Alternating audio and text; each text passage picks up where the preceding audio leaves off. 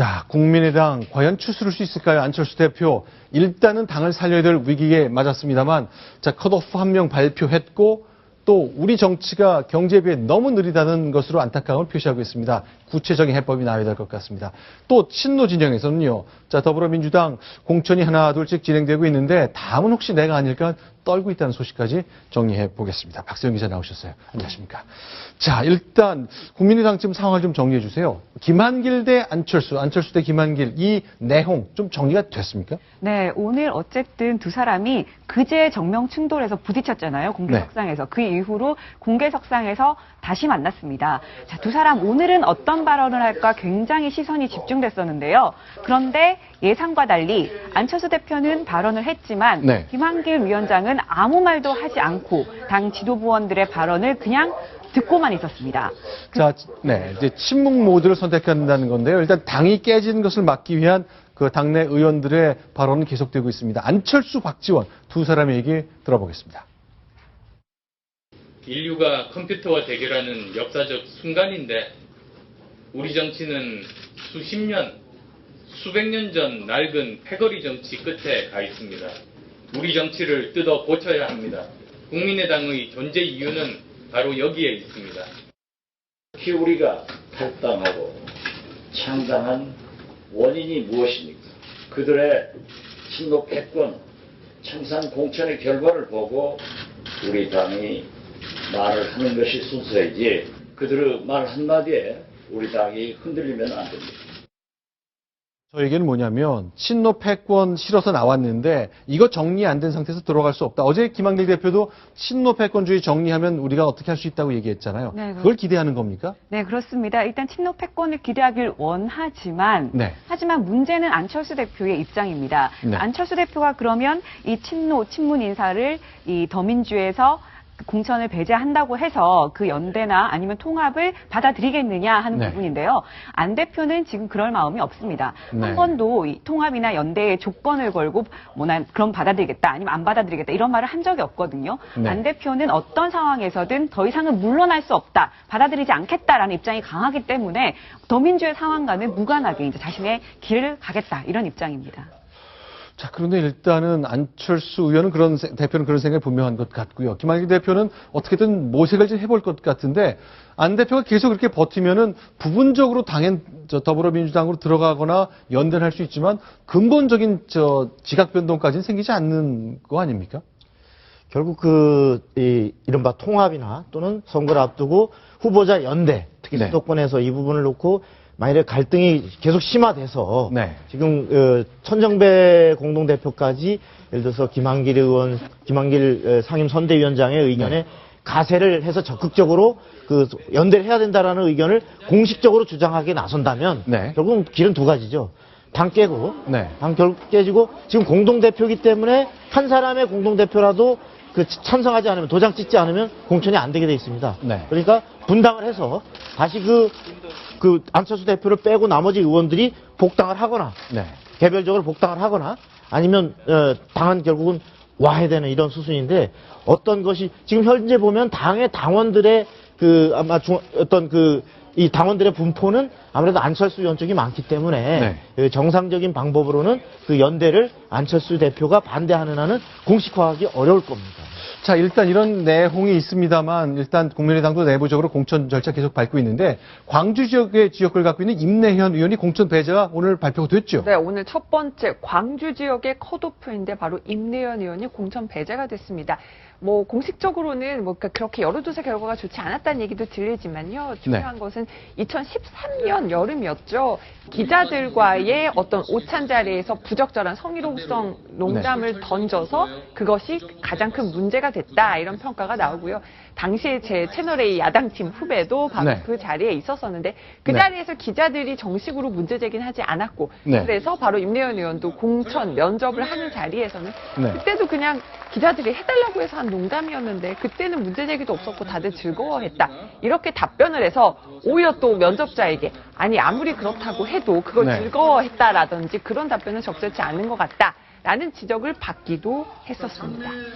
자, 이런데 이렇게 국민의당 현재로서는 뭔가 주도적으로 한다기보다는 더불어민주당의 김종인 대표 체제가 어떤 결정을 하느냐에 따라 영향을 많이 받을 것 같습니다. 그만큼 주도적 역할은 못하고 있는데요.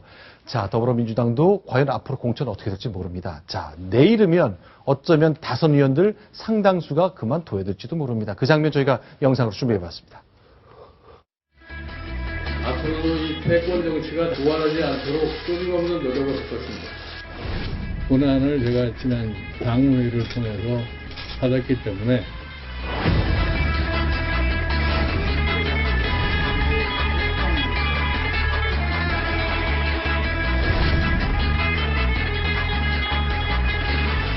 내일 발표를 목표로 합니다.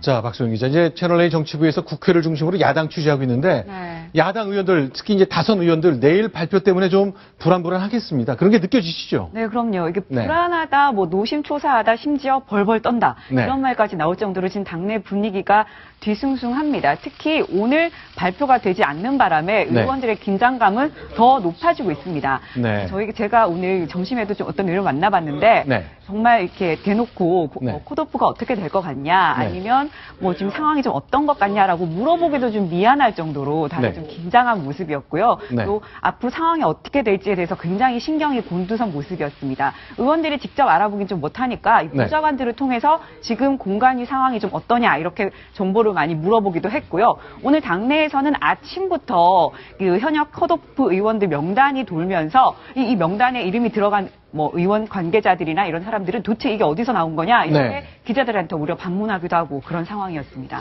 일단 더불어민주당도 경선 절차가 하나둘씩 진행되고 있습니다만 오늘 4지역구의 8명의 후보가 발표가 됐거든요. 자, 알아서 경선하라. 그 결과에 따라 공천하겠다는데 부천시 원미구 갑의 김경협 의원이 일단 경선 대상에 이름이 올랐습니다. 일단 구제가 된 거죠. 네. 김경엽 의원은 국민의당 문병호 의원은 이 표적 공천 하겠다 이런 얘기까지 했었는데 김경엽 의원은 비노는 세작 발언으로 논란을 빚기도 했었고요. 네. 또 친노 핵심으로도 분류가 되기도 했었는데 네. 일단 부천 원미갑에서 경선할 수 있게 결국은 컷오프를 면했습니다.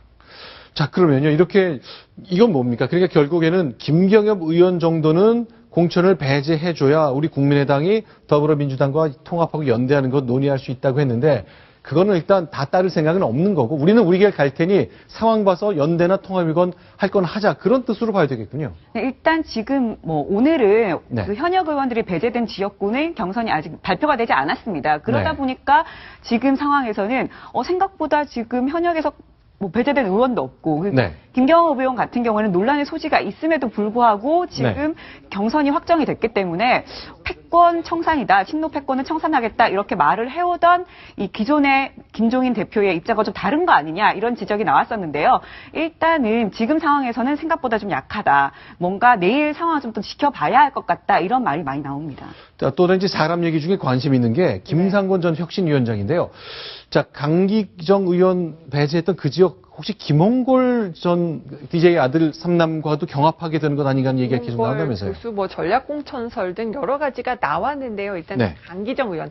원래 그 지역구였던 강기정 의원이 내 후임으로는 김상곤 위원장이 나가시는 게 좋을 것 같습니다라는 의견을 전달한 것으로 알려져서 또 네. 광주 북갑에 바로 김상곤 전 혁신위원장이 또 공천될 수 있다 이런 얘기들도 나오고 있습니다. 광주 북구가 굉장히 인기 지역이네요.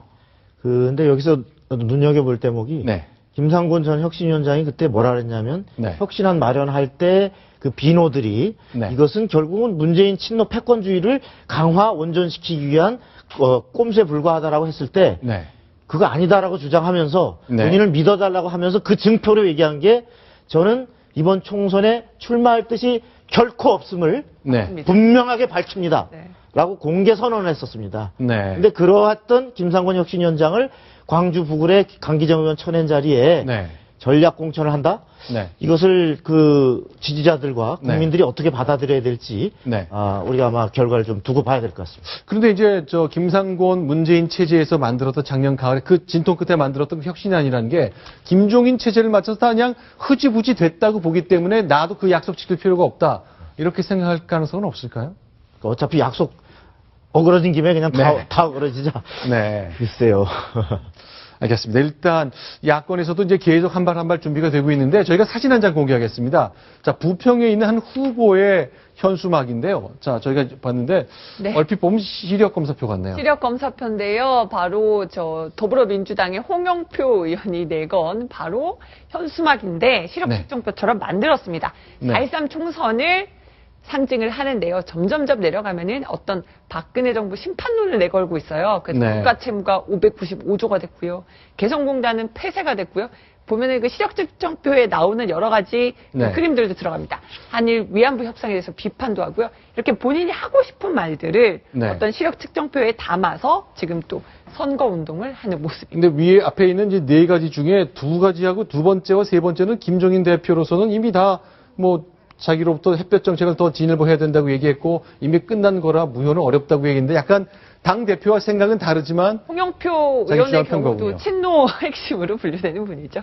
당시만 아무튼 국가 채무를 앞세웠네요. 네. 네, 알겠습니다. 자, 이제 야권 상황도 빠르게 돌아가고 있는데요. 일단 국내 정치 상황이 자 오늘 뭐 다양한 소식이 있었습니다만 야권, 여권 모두 내홍 계속 겪고 있습니다.